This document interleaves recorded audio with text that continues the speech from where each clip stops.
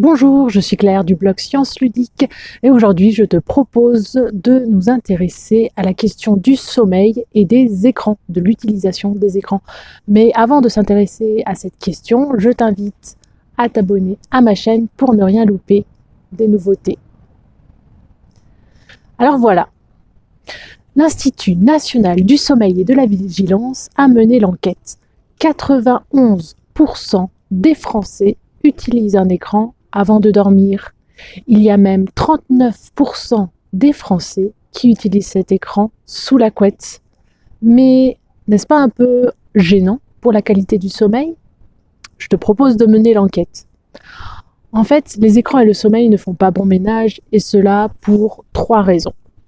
La première raison, c'est que les écrans produisent une lumière, et en particulier une lumière bleue, qui va faire croire à notre cerveau qu'on est en plein jour.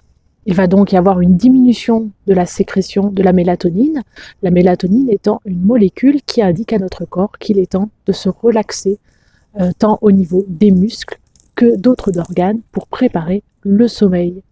Lorsque notre corps croit que c'est la journée, donc il fait grand jour, il va y avoir différents mécanismes qui vont se mettre en place, qui vont nous permettre d'être vigilants, concentrés, d'avoir tous les mécanismes de cognition efficaces, d'avoir aussi une concentration assez importante. Et tous ces mécanismes vont nous empêcher de nous endormir facilement. Le sommeil, pour se mettre en place, a besoin de mélatonine. Et la mélatonine, ça va être le temps du repos, la relaxation musculaire, la diminution de la vigilance, etc. Donc les écrans, en inhibant la production de mélatonine, en faisant croire à notre corps que c'est encore le jour, vont diminuer nos facilités d'endormissement. La deuxième chose, c'est que pour beaucoup d'entre nous, les écrans sont synonymes de réseaux sociaux.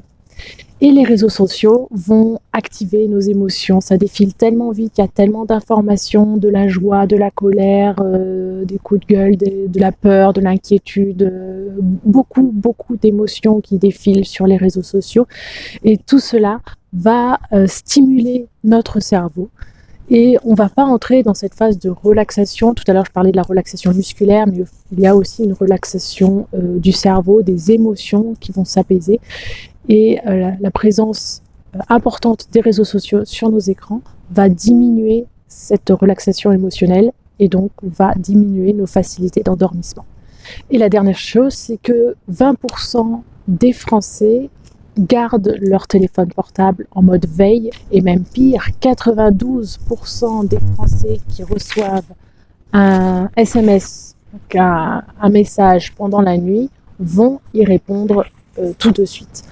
Donc on va avoir quelque chose qui va ressembler à de l'hypervigilance dès que notre téléphone va recevoir un message, va recevoir une notification, ça va couper notre sommeil et finalement on va ne pas partir dans un sommeil très profond, on va presque attendre cette fameuse notification ou ce message pour être sûr de ne rien louper et on va être toujours connecté au monde, alors que la nuit, normalement, on est dans notre univers, on est complètement coupé de l'extérieur et on n'a pas cette coupure lorsque l'on a un téléphone, par exemple, qui est juste à côté de notre lit. Ce qui fait en fait que l'on devient des dormeurs sentinelles sans jamais une profondeur de sommeil en adéquation avec la qualité du sommeil.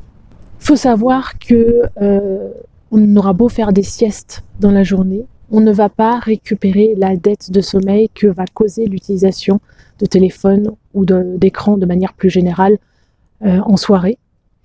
Donc ce qu'il est recommandé, c'est d'éteindre tous les écrans 1h30 à 2h avant d'aller s'endormir. Alors toi, dis-moi, est-ce que tu éteins ton téléphone ou est-ce que tu éteins la télé avant de t'endormir ?